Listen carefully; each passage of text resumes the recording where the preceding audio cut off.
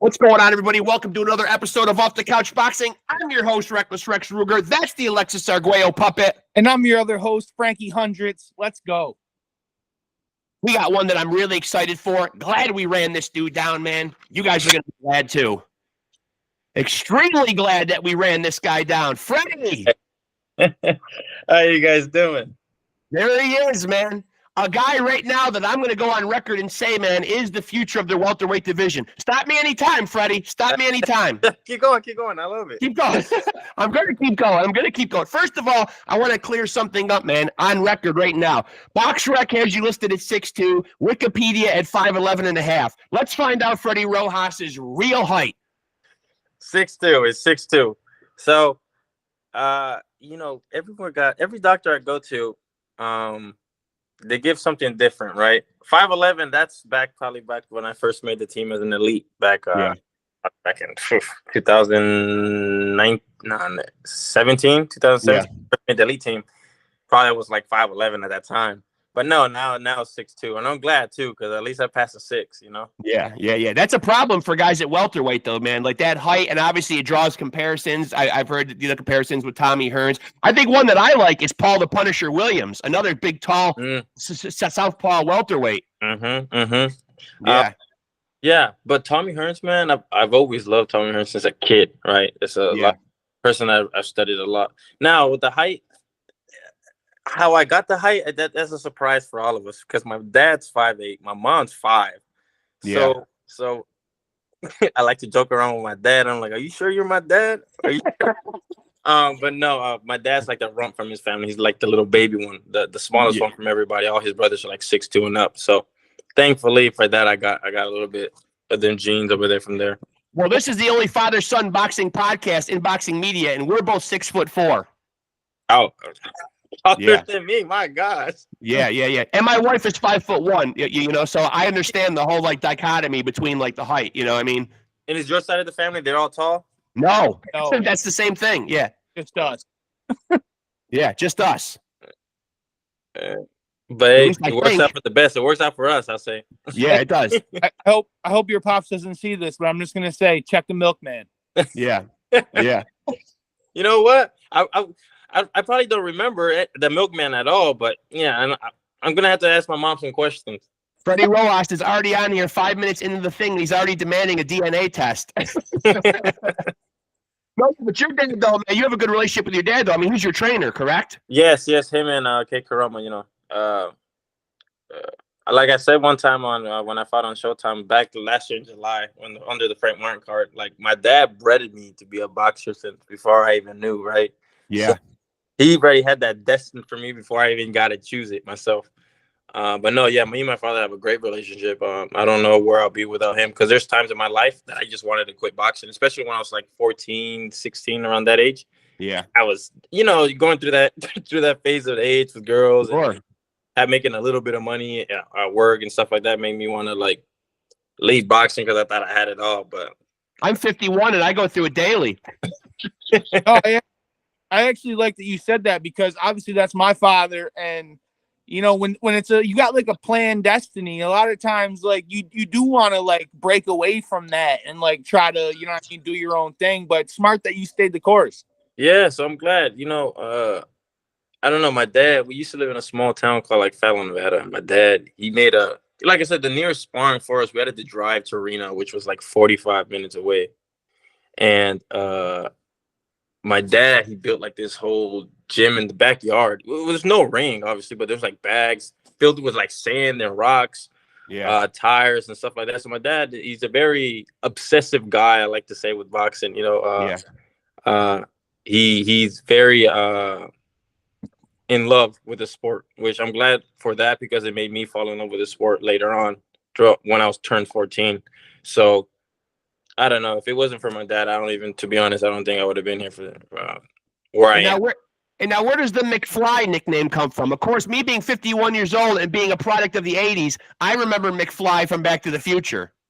So it's funny because when we were fighting international, Kay Karama, actually, my other coach, he's the one who actually gave me the name McFly. The reason why they gave me McFly is because in the amateurs, before I used to go up into the corner, my hair always looked nice. And the thing that Kay used to do, he always used to brush it at the same time too, kind of like the Hands of Stones. Roberto Duran, when they used to brush their hair in the corner and stuff like that. Yeah, Adrian Broner's dad too. Yeah, so that's where I got it from. But sometimes when with the girls, be like, oh yeah, Marty McFly, stuff. But now, that's how I got that nickname, McFly. And then they also used to call me Woody from Toy Story. I don't know, kid, guys of my age, I don't know. I'd go with McFly. I think McFly's a little better a boxing name than Woody. Yeah, of course. I love it. Not extremely intimidating or formidable, but still, a good name. Yeah, I love it. So it's a name that stuck me forever, probably from 12 when I first met Kay. Now, I've watched some. Go ahead, Benjis. Hey, Woody was a real one, though. Yeah, he was. He was down for his friends. Yeah, Woody was a real one. No doubt about that. Yeah. Yeah. He really was, man. Yeah, he was he was all about saving those other toys, man. A good friend. Yeah.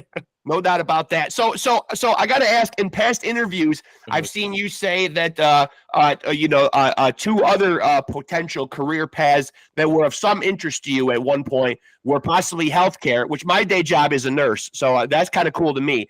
Or you also went to culinary school.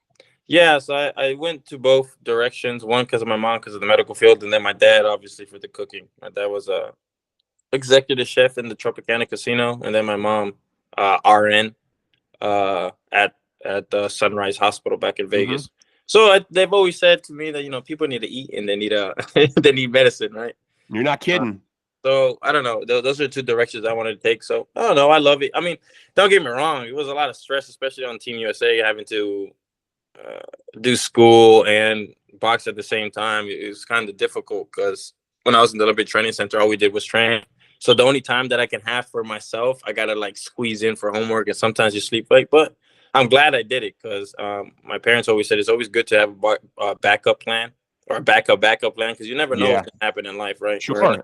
We're in a dangerous sport, obviously. So. Especially in sports too, because obviously you are prone to injuries, and a nagging injury can, very quickly become a career-ending one, Yeah, very, very. So, and there's also no retirement set up, Exactly. Yeah. Exactly. So, I mean, that's why I would love to pull, Pacquiao, be in the sport as long as I can, but at the same time, that's right up to our bodies, right? My body's gonna tell me when it's time to go. Body's got to cooperate. So, and I'm glad you brought Pacquiao up because obviously we usually ask people how and why they got into the sport. Obviously, your father has a history with the sport; it's a family thing or whatever. But when you were growing up, did you have those guys? How when we were growing up and we emulate or we put guys up on a pedestal as idols? Did you have those kind of guys in boxing? Who were those sports heroes for you? Well, at a very young age, so let's say 14 under. No, from 14 under, I didn't look because I hated boxing at that time. Okay, I didn't want to know anything about it. For about 14 going up, had it been Tommy Hearns, Rigondeaux because of his movement. I've always said if Rigondeaux just throws, that dude will be an animal. Yeah, especially Rigondeaux for movement. Lara, and Bud. Bud's a very big one. So I'm very happy I used to got work with Bud. So. That was kind of like a little dream come true working with him. Oh my God! Yeah, I know you're literally working with, arguably right now, the best pound for pound fighter in the sport. You get no argument from me. I think he is right now. I do as well, but I'm biased. I'm biased. So you are biased. Yeah, I know him as well. He's a good friend of mine. We always laugh jokes and stuff like that. So it was always a great time seeing him. Hey man, I gotta tell you, man, my biggest. You said before 14 you hated boxing. I agree with you, man. My idol was Carmelo Anthony. Yeah. Basketball all the way. Yeah. But I'm going to ask you, because we always ask this on the show, and we actually just recently saw one. Jake Paul doing these gimmick fights. Mm-hmm. Well, what do you make of all that? Do you like it? Do you hate it? That's what I don't like it in the sense that they're making big money before me, especially if athletes that spent their whole life training for it, and then somebody that comes in the last minute. Yeah. But I can see his sense of more of a business move is great as well. He is giving opportunities to some fighters to make some more money and some more name. Now, I think in one sense, I don't like it that you got a lot of, you can say, of course, like the YouTube boxing and things like that, like making 20 times more money as we are, right? Yeah. Yeah. But like I said, we were spending our whole life killing each other, making weight, fighting, getting injuries and things like that. So sometimes not even get like a half of what they're even making or a quarter of what they're making in our boxing careers. I like that you're being honest about that, though, because a lot of guys come on here, you know, and we've done 140 some odd episodes, and guys will say, yeah, it's bringing eyes to the sport. They got a right to make a living or whatever. But I like hearing a fighter actually say, hey, look, this doesn't feel great that I'm essentially being leapfrogged, you know, and some guy that just comes in and steps in, you know, and just seems like he's playing boxing is able to make these huge paydays and get all this notoriety and recognition when guys that have been grinding since they were, you know, little kids are not getting that same recognition. Yeah, so I mean, you always got to be truthful, right? I mean, I'm only speaking from the heart because sometimes, especially in this sport, there's a lot of frustration in it. If it's in the sense of how much you're getting paid, or you're gonna get even enough fight. Because sometimes as a pro, we got to take fights that don't make no sense, you know, or sometimes we a fight so we can get known. But anyways, with that, I've always said, what's the point of also like ducking fighters and stuff like that? It's boxing, man. You're trying to be the best, right, in the weight class, so you might as well fight the best. Absolutely. So that's the mentality that I have, really, because I've always said I really don't fight for money. I fight for legacy, and I fight for name, right? I want my name to live on forever. Yeah, forever, man. Because I don't know, it would be nice if I ever die and people still know my name, like Ali, right? Muhammad Ali. So that would always be great for me if my name could live in the books forever. It makes you think, though, should you have started a YouTube when you were younger and started pranking your dad and get 14-year-old girls to like you? And then if that was the route, I should have taken that route as a kid. Maybe we all took the wrong career path, Freddie. I don't know.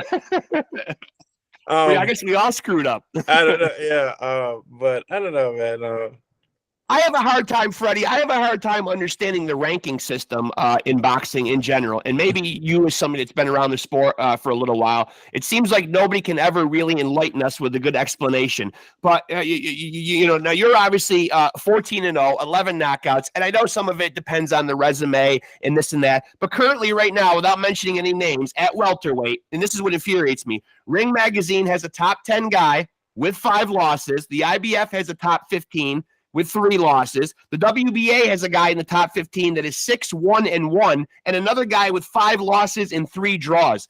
Make it make sense to me why you at 14-0 with 11 knockouts are not somewhere in the mix of any of these top 15 alphabet organizations. You want me to be honest with you? Yes. I don't know, man. I mean, well, that's refreshing just to say you don't know, because you're an insider and we're not, and we don't know. I could make a whole schmeal and just lie about the whole thing and make something up, but I honestly don't know. Even now for me, sometimes I gotta try to talk to my manager to see if I can get some more sense into it, because it is a confusing thing. Sometimes you see these guys, you can say we're busted up records or have had losses in a row and stuff like that, or and you'd be like, how is that happening? Or you see somebody get this chance or a shot before you that's like nowhere near all the time. Yeah, and then you see this very good guy just sitting around, or a very low rank. I don't know, especially for me now, it's a very hard to get a fight, especially being so tall, and now especially getting the WBO Latino. It's very hard. I mean, I might get a fight in October, which I'm very hoping, fingers crossed. Yeah. But I don't know. I think that's like the backside of the people don't see of the sport as well. You know, they think that you're making a lot of money and stuff like that, but I always tell them as an upcoming prospect or contender, sometimes you're not making much money as they think. Because I got a lot of friends, and especially family members as well, they're thinking, oh my gosh, man, you're rich. I know you're rich. I know you're right. But for God's sakes, man, you see a guy like Boots Ennis, he's got 31 fights, and they're still calling him a prospect. Yeah, so it's just, I don't know, like, I guess I can relate to them somehow, because I guess everybody at some point in their life they're saying like, oh man, he's definitely making money, which we don't really know. Now there's me as a pro and an upcoming prospect and stuff like that. It's I wish I could slap myself like kid saying that, you know. Yeah. Oh, I think it's the illusion of being on TV too, man. People see somebody on TV and they automatically think money's got to be coming your way, you know. Yeah, but it's super great fighting on TV. I love it. You know. Yeah, sure. As long as you're not getting knocked out, it is great, you know. Yeah. You're not getting a meme out of, but yeah. So if we could just throw some names at you of guys in your weight division, and you just give us a little bit of an assessment of like where you think you're at with those kind of guys and where you think they're at, and I'll start with Brian Norman Jr. We actually have with my manager. We've been actually wanting to fight with Brian for already a year and a half now. Especially after he fought my good friend Quentin Randall. Mm-hmm. We really want to fight with him. So I mean, I know my manager's been chirping at them a lot for a fight with them. So I really do want that fight to happen really bad. Okay, now another guy that I can bring up who I think you match up with nicely, especially with records, and I believe he has a belt, is and I'm probably gonna fucking butcher his name, Staniosis. Who? 15-0. Staniosis? Yeah. Am I saying his name wrong? Is that the one that fought Norman? No, that was Sullivan, right? Yeah. No, it's Imantas Santinosis. I don't know. I gotta see a name. He's ranked high. He's ranked high, and as soon as I saw the record jump out, man, and I think he's got a belt in one of the alphabet organizations, doesn't he? WBO. I'm not sure, but he's 15-0 with 9 KOs. Yeah, that's a good. So you can't. All right, so you really can't speculate on him. I should speculate on him. I know him by face because I'm pretty bad with names. But yeah, how about a Mario? How about a Mario Barrios? I would love to fight. I'll fight Mario Barrios right now if I could. That's actually another fight that we've been trying to get a lot. I don't know. I mean, I could kind of say it in his case. Maybe he got everything to lose. If he loses, then it's kind of an embarrassment for him, right? Well, that's an intriguing matchup because he's also got height and reach as well. Yeah, and he trains with Bob Santos. So and with Rick and them, and I've known Rick from Pound for Pound since a very young age as well. So I know that would be a very, very great fight to have. So plus, I don't know. For me, I don't think Mario Barrios is too impressive. He's a very one-dimensional fighter. So that's a very great fight. I would love to have. So Mario Barrios. Freddie's such a nice guy, man, and this is his trash talk right here, though, man. You know what I mean? Because I do see you in other interviews, man. You are a very nice, likable guy, man. That might be as close to the only clickbait soundbite that we might get right there, though. Mario Barrios is one-dimensional. That might be the quote. We might quote you on that. You know, a lot of I don't know. I guess it's just how I am. So people have always said that. Probably like sometimes with the kids in the gym and stuff like that, trying to trash talk with them to kind of like man them up a little bit. But I'm not a trash talker, man. Hey, listen, Oscar De La Hoya is one of my favorite fighters of all time, but he was awful at trash talking. He just was. That's why I don't do it. That and also Pacquiao just smiles. Yeah, and Pacquiao just smiles and fucking nods at you and shakes your hand. Because also I don't really like trash talking so much because of if you ever see like AB or even Rolly Romero, so much trash talking and then you can't back it up. And then, you really have to, like when you're gonna run your mouth that much, man. Yeah, you really have to. I mean, like Rolly's gums are always bumping and they're always getting him into trouble, man. Yeah, look at the last one with Cruz. So I was just like, golly, but I don't know. Blair Cobb knocks you down. Yeah. You said what? I said you trash talk and then Blair Cobbs knocks you down. Yeah, I know. I want to fight Blair. Yeah, Adrian Broner just recently fought Blair Cobbs. Yeah, and he got dropped. Wasn't it like the first round? Yes, he did. And he's by Blair. That's what I was like, by Blair. Yeah. And then even after the fight, Broner still said that he beat him. Yeah. Well, Broner did that. Obviously, Broner did that famously against Pacquiao, man, when he quote said that the hood knows that he won that fight. Yeah, I beat that boy. I was dying to laugh. I was dying. I won. Yeah, the hood knows he won. Yeah. Now, obviously, these guys are your peers and possibly potential competition somewhere on down the road. But from a fan standpoint, though, who are some guys that are doing it right now that you enjoy watching? Obviously, you have a great admiration for Bud, but are there other guys from a fan standpoint that you look at and say, geez, man, when they fight, I'm going to tune in. I like what that guy does. It's actually two of my very good friends. One, Shushu Carrington, Bruce Carrington. We've had him on. We've had him on the show. We love Shushu. Yeah. Oh, my God. Shushu is one of my great friends. We go back to the team together, and we're still in the same we have the same coach, Kay Karoma. So and a really fun interview, by the way, too, man. He was great, man, because he actually joined us and he was actually out in Vegas to support Richard Hitchens when his last fight against Gustavo Lima. So he joined us from the hotel room, man. We had a ball with him, man. I mean, our interviews are usually pretty fun and lighthearted anyway, man, but he was such a great sport and a lot of fun. Yeah, Shushu's great, man. He's always a life in the gym, always cracking jokes and everything like that. But he's a tremendous fighter. if I don't know if you guys ever kept up with him in the amateurs, but seeing him how he's transitioned from an amateur to a pro, it's tremendous. Yeah. For the pros are definitely is more of his style and stuff like that, but he's a yeah. Brownsville, dude, Brownsville doesn't fuck around. Shout out Brownsville, New York, man. They churn out Mike Tyson. They churn out, you know, guys like Shushu Carrington, Riddick Bowe. I mean, for such a small little neighborhood, it's really not a big section of New York, man. But a lot of champs have come out of there, man. Zab Judah. I mean, a lot of great boxers have come out of Brownsville, man. Yeah, exactly. So he's a tremendous fighter. Him and then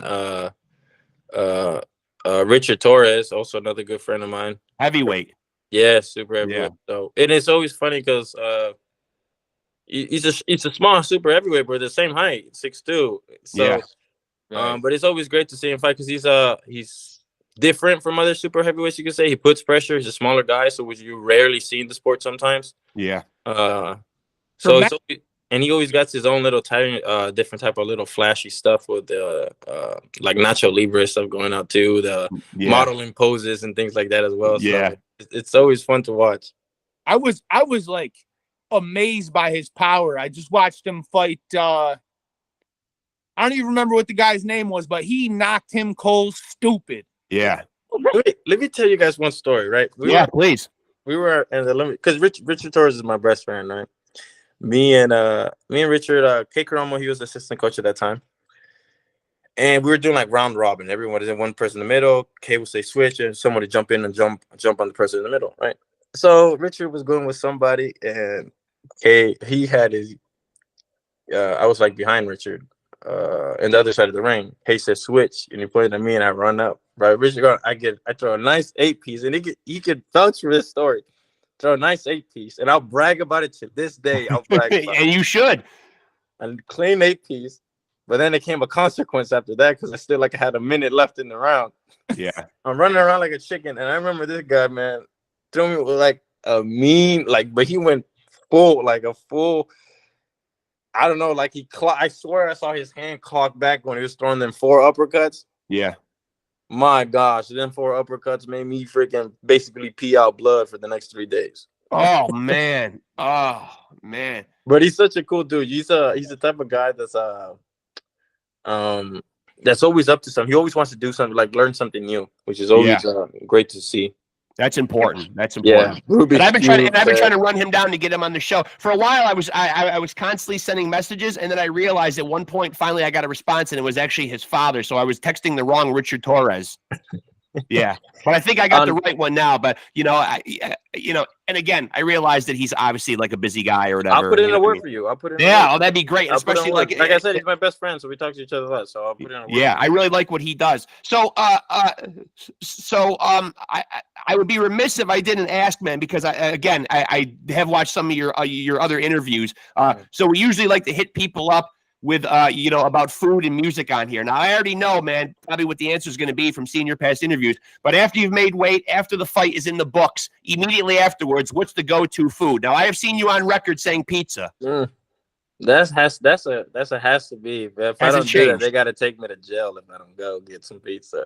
Okay. See, but this is where it separates, right, from some people's thoughts, because I like pineapple on pizza, right? So I have to have some pineapple on pizza, but that's a very polarizing opinion too. Yeah, if you're like the rest of my family, no, it doesn't belong on there, huh?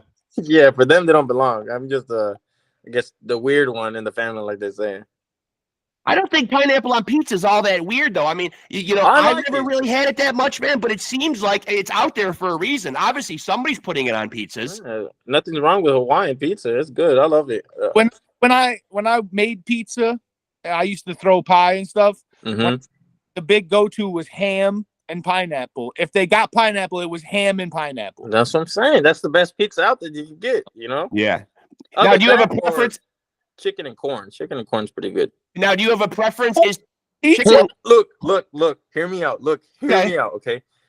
The corn, the corn's not that bad. You'll think the corn is bad, but the corn is actually pretty good. You know what I mean? Like, I don't know what it is, but the corn, but I think like some of the juices, the corn like goes on the pizza. That's really good for the chicken. Hey, Freddie, New Yorkers, man. So corn pizza, you're throwing me a loophole.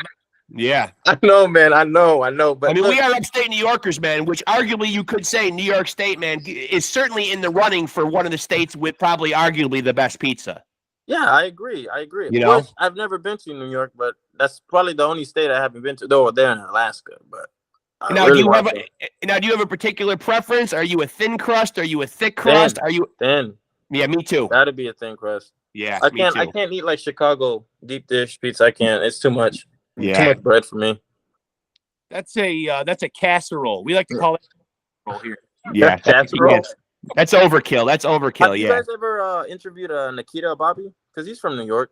No, but we love White Nikita Ababe, man. Actually, my son is the one that turned me on to him about 3 or 4 years ago, man. He said, "Hey, you got to check this kid out, man." White Jock. He's a funny dude as well. Him and Shoo. Get them both together. Oh, man. It's a show. Yeah, I got to dig my heels in again and go back after Nikita Ababe again. That's a good suggestion. I'm going to write that down for sure, man, because I think I was reaching out to him. Sometimes it's just a matter of getting all the people and schedules and how often people check their messages and stuff sometimes too. You know what I mean? Like, some people can take forever to respond. Sometimes they never respond. It just depends on how active they are. I was actually quite surprised I got a return response from you as quickly. You know what's funny though, because I'm never on Messenger, right? But what happened was I was texting some family members from Cuba. They sent a message, and then when I opened, I saw your message, and I was like, "Oh, okay." And I just I'm glad. Bada bing, bada boom.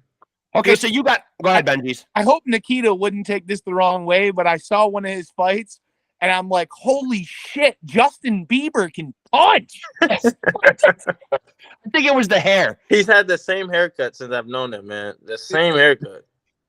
Okay, now the other go-to question that we usually like to hit people is if Freddie Rojas has to put together a tremendous 3 minutes and fight his ass off, man, what's the music going on in your head? Is there a particular artist or a song? Now, I also have seen on record that you've gone on record as saying that you're a big J. Cole guy. Yeah, I'm a big J. Cole guy, but this is gonna go the other direction. I like "Sweet Escape" by Gwen. By who? By Gwen Stefani? Yeah. Okay. Look, I tell the kids at the gym sometimes, right? I don't know. Sometimes the girly music be a little good jumpy. You know what I mean? They give a good beat. See, like last time when I was doing an interview with Fight Hype, I told them I was listening to "Best Friend" from 50 Cent before I was gonna go spar with Bud, because it was a good song to hype me up. Yeah. Everybody was calling me like a sugar cookie and all this stuff in the comments. I was like, man, I can't do what I do, but it's a good song, It's a good beat. At the end of the day, it's whatever gets you pumped up, though. You know what I mean? Yeah. So I don't know. I mean, I've always tried to get songs that can, which is weird because usually when I go into the fights, like in the back in my dressing room, in the locker room or whatever, I'm listening to usually Christian music or very, very soft music to get myself into that mode. The opposite way, yeah, almost to bring you down and calm you down and relax you. Yeah, because I'm naturally I'm a nervous person already, which is weird for some people, right? Yeah. But naturally, I am a nervous person, so sometimes I just listen to that to calm myself down. But well, listen, I kind of felt a certain kind of way once, man, when I was at my daughter's wedding, and I went up to the bar and ordered Sex on the Beach, and people were saying that's kind of a girly kind of drink, but you know what? If I'm going to drink something, I want it to taste good. I'm not about throwing down a drink because it's macho if it tastes like shit to me. You know what I mean? Exactly. I'm the same way. I guess it's the same analogy as the girly music. You know what I mean? Like I was into hey, I want something, fruity and sweet and something that tastes good on my palate. And the Ben doesn't look like he agrees. Well, no, I was gonna people that do a sugar cookie in the comments wouldn't get in there and fight you though. No, that's true. Of course, that's true. Yeah, yeah. Oh, I'm a sugar cookie to his face. God damn it! How about that? And I'll definitely eat the sugar cookie though. and so you with a record of 14-0, 11 knockouts, it's easy to call you a knockout artist at this stage of your career because of the knockout percentage or whatever. But and we ask a lot of people this, given the fact that we see some awful boxing decisions, it's still a big black eye on the sport right now, man. Do you put any added pressure or do you feel a certain kind of way if a fight's going to go to the cards? No, no, I really don't care about no knockout rate or knockout ratio or whatever. I mean, if it comes in the amateurs, I wasn't even known as a person to. I've never clipped anyone and dropped anyone in the amateurs. It's more as of PKOs or 8 counts and stuff like that I've done in that. Yeah. I've always been known for me. Well, for me, obviously in the pros is a whole different thing now. Never see myself as a guy as a knockout artist. But unfortunately, in the pros, it's just going very good for me. It's a whole different case. Now, and you are, although you are one of those guys who has had a great idea, and you've echoed some of the ideas we've had on here. I saw you in an interview talking about these bad judges' decisions, and you're one of those people who is also under the same kind of idea that I am, where I think these fights ought to be judged by people that at least have participated in the sport on some level, even if they never got out of the amateurs or they had a somewhat successful pro career. And I don't even think you necessarily have to be ringside. I think you could be doing this. I'm getting the same amazing scores watching it from home or from a remote location. I don't even think you need to be there in person to successfully judge a fight. I definitely agree with that. That, and also a lot of people, if you notice, the majority of them are really old. Yes, I saw you bring that up too. Yeah, some young blood maybe infused into the judging. At least, I don't know, at least I can have good vision. Because sometimes, for example, like the fight with Foster, his last fight, awful. That was horrible. So I felt awful for the guy. They must have had some cross-eyed glasses or something, because that was insane. Yeah, that was pretty bad. That was about as bad as it gets, especially when you're trying to draw people back to the sport. Boxing always seems like, it's got a love-hate relationship with the fans. We're always trying to, we always want it to do better or whatever. And it always is falling behind the big major sports, the footballs, the basketballs, and everything. And certainly, like, this kind of stuff doesn't help, you know? Mm-hmm. But again, that's something that I guess the Commission of Boxing, they have to try to figure out to try to fix in the sport. If not, it'll drive people away, I've been ringside at fights now, and I think it's easier to score a fight from my house on the TV than it is from right there. Yeah, because you can't really see stuff, see what's going on. Because think about it, when you're on television, right? You can kind of see all angles where they're all throwing. Now, if you're on ringside, remember, if I'm setting one side, I couldn't only see the shots. If one opponent's back is facing me and the other opponent's throwing some amazing shots to the other person, I can't really see it because the guy's like right in front of his back's right in front of my face, right? Yeah. Whipping around. Yeah, so you don't know what in the world's going on. But I don't know, like, I do agree with that. Maybe we do need to bring it back, make them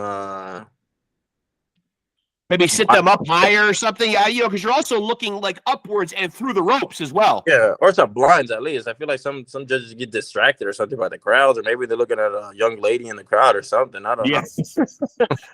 Hey, listen, I know for a fact, man, that when we went to the cards that were supported by Top Rank, I can't take my eyes off that Top Rank girl, man. So, I mean, I don't know how anybody can get anything done. That one Top Rank girl, in my mind, is married to me. She doesn't know it, but... I'm professing my love for her. The Top Rank definitely knows what they're doing. They're trying to get you hooked. So but it works. Freddie, I had to tell my dad a couple times, dude, you're woo-wooing at her, but she don't see you, man. Not at all. No, not at all. Well, you just got to woo-woo a little louder. Maybe there'll be a chance. You know what I mean? Yeah, you're right. Well, there's certainly no chance, man, with a wedding ring on my finger. So, I mean, that kills any chance there. You know what I mean? That's over. Okay, so like another guy that you have an affiliation with in the sport is the silent roller himself, F.A. Ajagba. F.A. He's a pal too, right? Yeah. So we're all on the same team. We stayed together a lot at the Fight House in Vegas.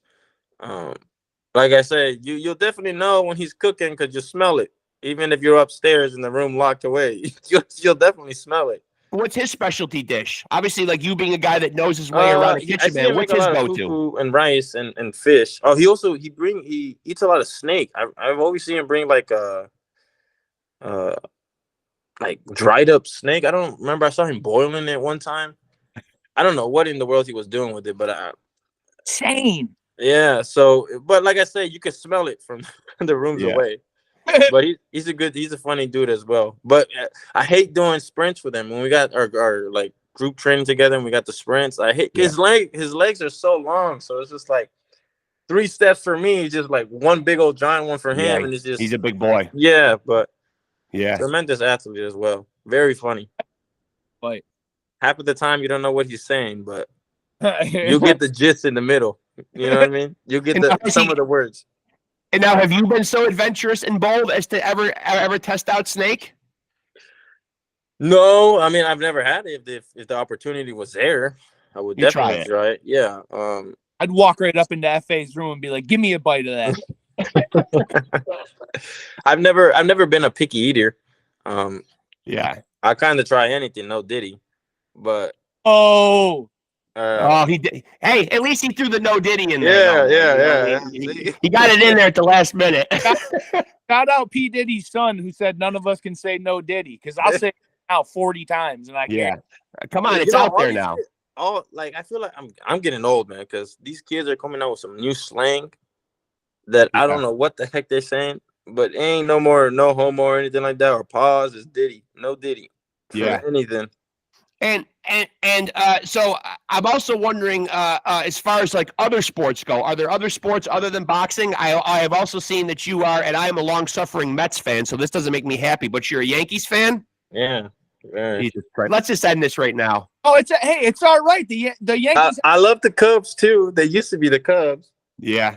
The only team I just don't really like is the Astros, but that's just because the Yankees and the Astros bump heads a lot. Yeah. But I always rub it to their face. I mean, I go to my church. I go here, Clearpoint. One of the girls there is a cheerleader for the Astros, and well, it's Houston, so everybody loves the Astros there. Right. So I'm always rubbing it in their faces and stuff. But they get. Hey, it's all right, man. The Yankees are a good team, but they haven't beat the Mets once this year. No. How many times they played this year? They played 4 times this year, and the Mets won all of them. This is not really a slope that me as a Mets fan want to go down, though, because you can always pull out the all-time World Series rings, and that's where it's checkmate. Yeah, right. I'm done. I'm dead in the water right there. Buying them. They were buying them.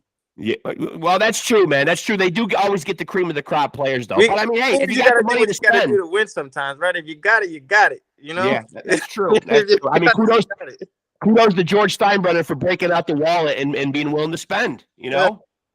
I mean, I don't blame him. I would be doing the same thing. If I had the money, I would have done the same thing. Of course, yeah. Now, a lot of young fighters have been on here, even Shushu included. A lot of great young up-and-coming fighters have been on here and stated that 2025 will be their year to be in the world title picture. Is that the time frame for you as well, when you'd like to be fighting for a world title? I would love to. I mean, I talked to my team. I talked to Samson. Me and my team believe I'm ready. Now it's just the point, the people who will accept the fights, right? People who will take the fights. I'm always willing to go overseas and fight people as well. Even make the lower percentage of a check sometimes, just so I could get a fight. You heard it here. You want some of that turkey a la shake money. Like I said, in this sport is to fight the best and to be the best and for the name to live on. So that's what I want to. What I want to do. So I don't know, whoever just wants to step to the plate that's reasonable, of course, reasonable for the rankings for me and that person, and then I would definitely love to do it. I don't know. I think moving right into the rankings right now, I'd like to see a Cody Crowley matchup. Yeah. He's 47, right? Yeah, he is. Yeah. That'd be a good fight. Yeah. Also for 54 too. I mean, yeah, I was going to ask you that. Do you see yourself changing weight divisions, and what do you feel like your ceiling is? You've obviously got the height. Like, how high could you see yourself going weight-wise? I think probably towards the end of my career, I'll probably finish off at 168, to be honest. Probably. Yeah, then you don't got to cut back as many of those pizzas. Yeah. More slices for me. More slices. I mean, I already ate like 2 pies by myself, 2 large pies. So after a fight, you can do 2 pies. Yeah. Look, wow. People be surprised how much I can eat. Yeah. People will be surprised. I'm a skinny dude, but I can eat. Are you somebody that usually walks around pretty close to your fighting weight, or do you have to cut a lot of weight to make weight? No, I'm usually pretty close. I don't have to cut too much. But I think that's just because of my fast metabolism. Because, like I said, I love to eat. Yeah.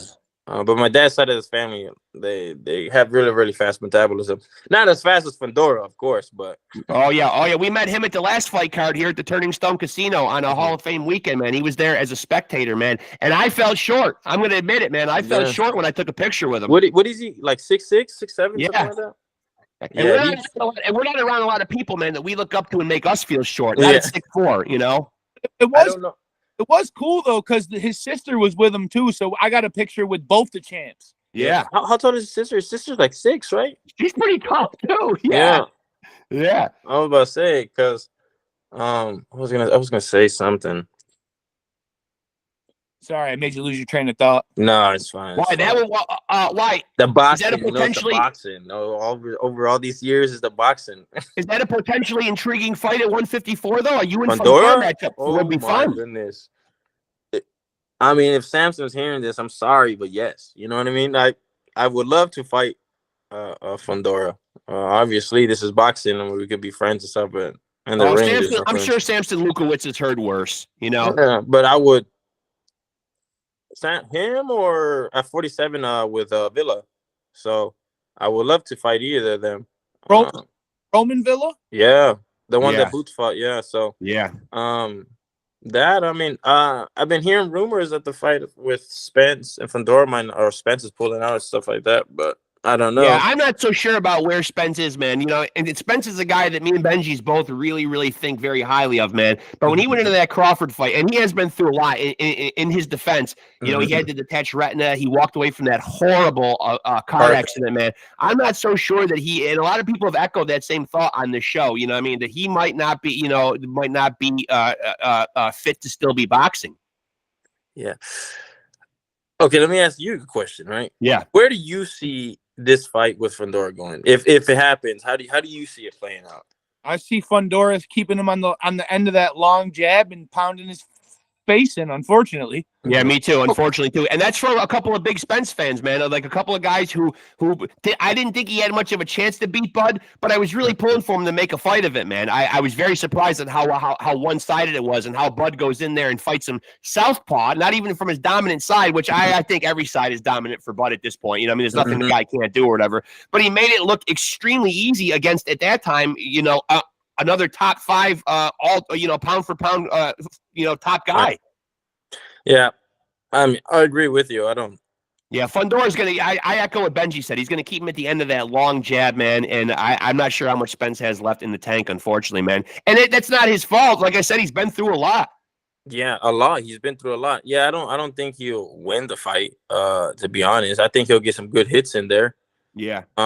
But if you notice with Fundora, ever since the Mendoza fight, another fighter I would love to fight. Yeah. Ever since he got dropped by Mendoza in that close range, he doesn't fight that close range anymore, if you notice. Yeah. He doesn't fight like that no more. Which I don't blame him. Yeah, because Spence's big thing used to be right in the kitchen there doing amazing body work. But the thing is, he's never fought anyone tall as Fundora, though. So yeah, he's going to have real trouble. And for a guy that doesn't talk a lot of trash, man, Freddie has dropped a lot of names on here, which I do like, and he's done it in a subtle way. Slipping Mendoza in, slipping Fundora in. I like what you're doing here, Freddie. I do. Yeah. Thank you. You know, sometimes you got to do. Yeah, it's very subtle. When I was talking about the names before, the biggest name that I wanted to throw out there is somebody that I think would be an epic fight is Santillan. Santillan. Giovanni Santillan. Is that the one that fought Alexis Rocha? Yes. I would want to fight. That's a good fight, too. I was watching that fight. I also fight Alexis Rocha, too. Hell, we're putting a lot of guys on Freddie's radar here, man. You might just maybe we should be your promoter. 54. Yeah, maybe we should be promoting you. Let's fire whoever's doing it right now, man. Of course, we have you worn out, man, and fighting all these guys. Being as that we're more than halfway through 2024, is the fight in October probably it? You'll probably just get one more fight in 2024. Well, what we had planned is 2, maybe probably one in October, like mid-October. Yeah, or end October, and then probably the end of December as well. So I want to get at least 2. So God willing, man, we finish out this year at 16-0. Yeah, so it's great. I mean, and then hopefully next year 20. So the biggest question of the night, Freddie, your Mount Rushmore of boxers, who is it for you? And I saw you get this question on another one, and those women gave you 5 names. There's only 4 people on Mount Rushmore. Let the record show, not 5. Although you did give him 5, Freddie, so I think maybe you gave him a charity one, but you were asked on another show your Mount Rushmore, and it is 4 names. Like of all time or just current? All time, yeah. And of course, this is subjective. This is strictly, your top 4. Okay. But obviously, I think he's the top of my list. Yeah. Pacquiao's one of them, no doubt. Tommy Hearns, Sugar Ray Leonard. That's a guy right there that's decisive. Yeah. Didn't hesitate at all, man. Yeah, and by the right out. Yeah, and by the way, man, this is still a highly debated fight, and like you being a guy who's done his homework, you probably have heard or seen. I mean, you are a young guy, but back in 1987, Sugar Ray Leonard did fight the great marvelous Marvin Hagler. Is that a fight that you've ever watched? I've never seen that one. I'm not gonna lie, I've never seen that one. Well, you must watch it, and you must give us the score because Watch it viciously. yeah. How many rounds did they stop it on? Like, No, it went all 12 rounds, but believe it or not, and obviously doing the show, me and Benji's belong to a lot of the boxing groups on Facebook, you know, doing our homework and keeping up with everything that's going on. And it is still a decision that still divides people, and is still, even 35 years later, 40 years later almost, a polarizing decision. I mean, it was so nip and tuck and close that, you know, as soon as we put up a post about it, thousands and thousands of comments came in. People still love to debate the merits of this fight. I'll have to see it for sure. Yeah, I'll probably watch this after this and just interview. And just to let the record show, I had it 115, 113 for Sugar Ray Leonard. But that decision gets a lot of heat though, because a lot of people have it the other way for Hagler. There was one judge there. And again, I mean, this is going back to 1987. We were still getting shitty decisions, though. One person had it very lopsided for Sugar Ray. That must have been the guy that was in Sugar Ray's back pocket somehow. I don't know where he got that score. I mean, there's even now you see that, though. And was the score. What was it? 110. 118, 110. Yeah, which was it was not a 118, 110 score. The proper score arguably was 115, 113. Could have been either way. There was one judge that had that for Leonard, one judge that had that for Hagler, and then that other horrible 118 to 110 one. But I mean, just the fact that it's a fight that's that old, and the minute you put up a post about it, people are still it's just one of those fights. Yeah, but it still shows how people still love fights, even though, you know. Yeah. Still passionate about the sport. So you are soon to be, my friend, in my opinion, man, the top welterweight in the world. You cannot miss Freddie, and I don't mean no pressure. No pressure at all. No pressure. But listen, I absolutely love what you do, man. Obviously, it's a huge advantage, man, being a southpaw. Do you look at it as a benefit in the ring, or? Of course. I mean, back when I was a kid, I know, but now, of course, especially being in the rings, a lot, and then fighting against southpaws international a lot. Sometimes it becomes second nature now. So when I fight a southpaw, it's like fighting somebody orthodox, right? Yeah. But I do see it as an advantage because as a southpaw, you do see a lot of more things, I think, than what you do fighting someone who's orthodox. Because I'd be switching hands. I'm not too good when I switch hands, of course. Let me say that, okay? Okay. But when I do switch, I do see the more openings on when I'm southpaw than orthodox. Yeah. And you're fighting an orthodox fighter. Do you find that, because I mean, this is just my thought when I watch, do you find that the biggest thing is getting your foot on the outside, controlling that? Yeah, of course. I mean, if I don't have that, it's already game plan. I mean, don't get me wrong. I think sometimes it's always a battle between southpaws and orthodox trying to get that foot in the outside. Yeah. But you got to do it smart at the same time. If the opportunity is not there to move the foot on the outside, don't do it, because then you can still get dropped either way. Because what is a southpaw's worst nightmare? It's a hook and a straight hand. Right. So, yeah. I'm not trying to get hit with either of those at the same time. So you always got to be careful. That's what people say. Boxing's like chess, right? You got to think of like 20 moves ahead. Yeah. I don't know. I'm obsessed with the sport. So now, as a young fighter, is there one element of your game that you feel like that you've really worked on and improved and really honed that has gotten better? I mean, is there one hole that you felt like you had in your game that you've come a long way with, that you've really improved? Or like, what would that have been that you've really paid a lot of attention to, really tightening up? Footwork. Yeah. I've liked a lot of footwork growing up, and we still install it now. That's why I still love to work with amateurs. I don't believe in pros that say that they don't work with amateurs anymore, but because I feel like you learn from everybody, right? As much as an amateur learns from you, you learn from an amateur, right? And there's a lot of amateurs that be whooping on the pros as well. Yeah. But I love working with amateurs to work on the footwork as well. I believe you always have to, I always said before, you have to have plan A, plan B, C, D, E, F, all the way to Z, and Z back to A, right? Yeah. We don't know what the heck's going to happen in a fight. Maybe one round, my feet are good, it's working on guy, and then the next round, it's not working out so good, right? But I think my footwork, it's something it's grown over, especially these past year and a half. And I'm glad that growing as much as I'm going into the sport. And I like to say in the sport, I'm going like fine one, right? I don't want to say I'm horrible, but I always tell people too, boxing is a learning sport. You know, I'm 25 now, I'm about to be 26 in 2 weeks. So happy early birthday. Thank you. Yeah. Getting old, but 24 more years to 50. I don't know how I'm gonna do it, but I'm already there, my friend, and you look great. Hopefully, I can look as good as you when I get there. Thank you, man. Thank you. Gas his head up, Freddie. you know. I think Ben, you should be lucky, man, because maybe you could look as half as your dad, man. You know what I mean? There you go. And look at this. Still got a good hairline. I choose to keep it short, but the hairline is good. Yeah. I mean, there is a lot of gray. There's a lot of gray in the beard, but you're gonna have that when you got kids and grandkids, right? You can always no, I can't be bothered with that. You can always die. I can. I had the option. That's true. I had the option. But you know what? I'm not gonna go against God's plan, man. This is where He wants me in life right now. This is how I need to look. You know, I've earned every one of these, man, through parenting and grandparenting right here. And stress, right? Hard earned. Yeah, that's right. And I work in health, and I work in healthcare, arguably one of the most stressful fields there is. Yeah. Well, I don't want none of those gray hairs right now. Give me. You're too young for those. You're much too young for those.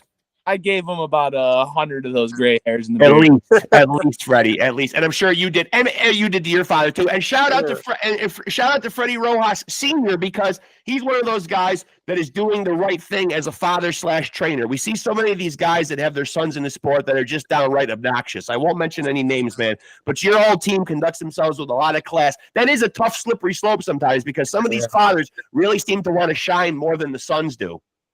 Yeah, and I do agree. So I'm glad my dad, very humble. You know who you are out there, Bill Haney or whoever it might be.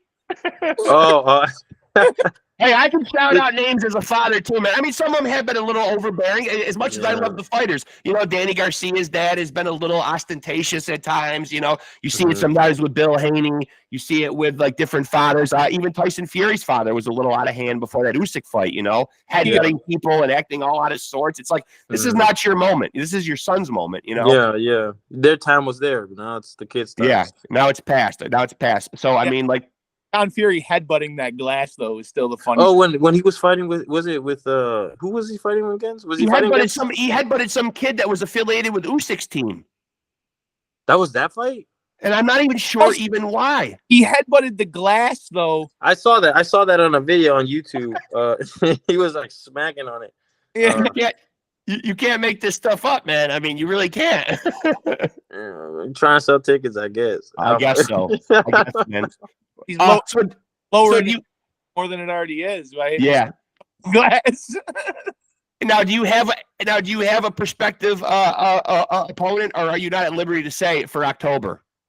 Nah. I want to say we're still there. There's a date, maybe. Okay. Opponent. There's still no opponent yet, but we're working on it. Hopefully, something pops up. God first. I mean, I would love to get back into the ring. Because you have gone on record as saying that you compare yourself most to a rooster because you just like to get in there and fight. You know, I do my homework, buddy. My dad does. All he does is feed me and throw me into fights. So, like cockfighting, right? Yeah, that's all I'm used to, man. So, it's what I do best. You know, like I said, my dad bred me to be a boxer before I can even walk or anything like that. And I'm glad he did because I don't know where I'll be without boxing, sincerely. Because